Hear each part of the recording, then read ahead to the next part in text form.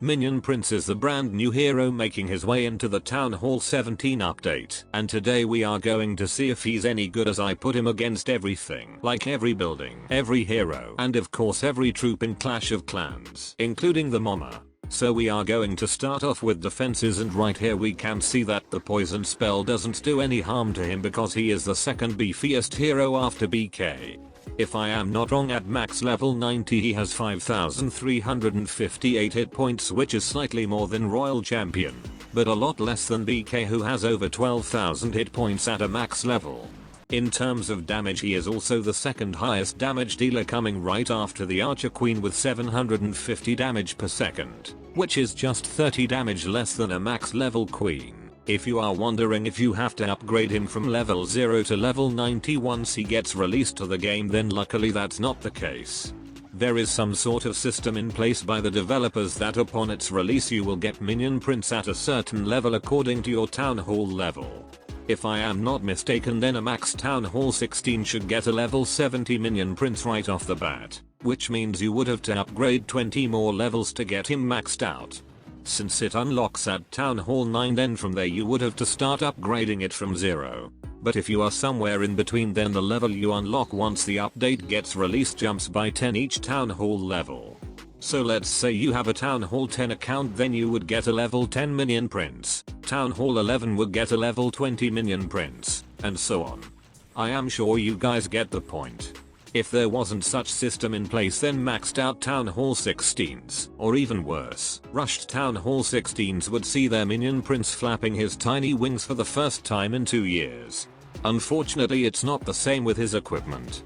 Both of his common abilities that he starts off with will be at level 1 no matter what Town Hall you are. Since Monolith Tower is the first defense to take down the maxed out Minion Prince, then we are also going to try it with using both of his common abilities.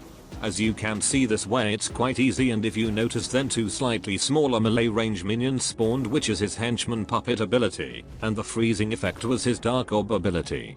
That basically applies frost to enemies in a long and wide range, reducing their attack speed and movement speed for a long duration. And obviously, it applies that frost onto defenses too, which made a huge difference in taking out both the Monolith earlier and Town Hall right now. Next up, we have a quick test how many air targeting traps he can absorb. And it seems he is quite immune to the air bombs, as he only lost half of his health, meanwhile it took 2 air seeking mines to take him out of the picture.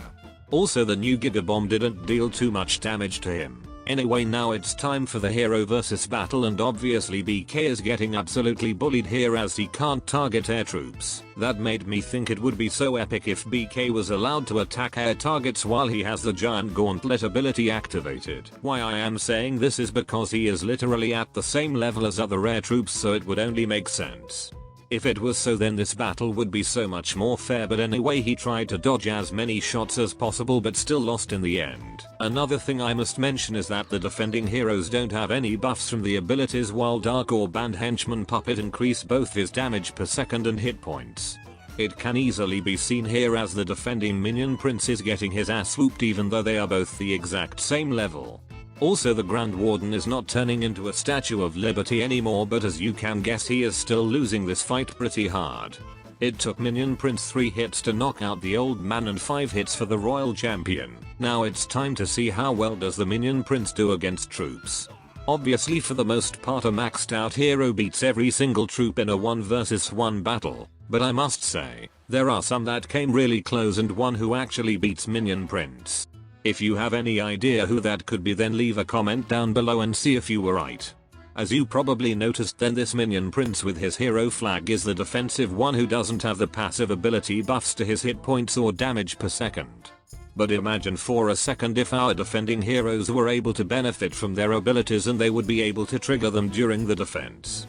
If not 2 abilities, then 1 ability. Like the attacker starts taking out the defending BK, and then his giant gauntlet would get triggered. Okay, actually, now that I am thinking about it, it's way too OP and would need a lot of balancing.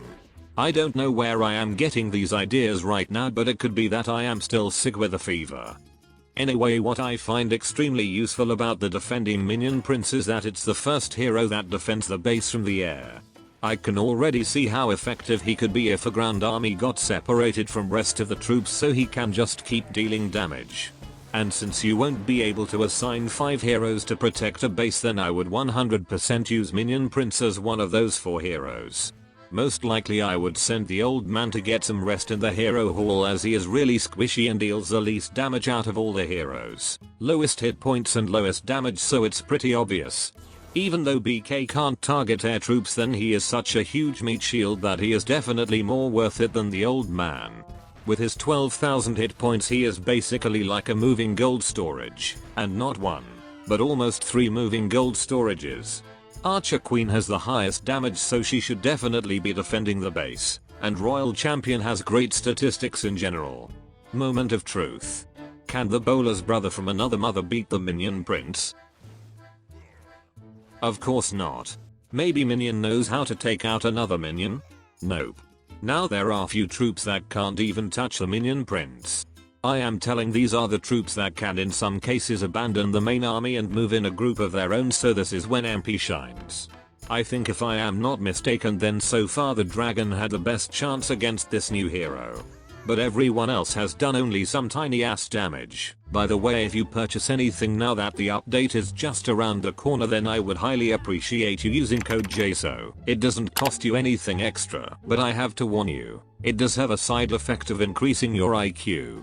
Anyway, it seems like not a single regular troop is gonna be able to take out the Minion Prince, as the druid can't even target him.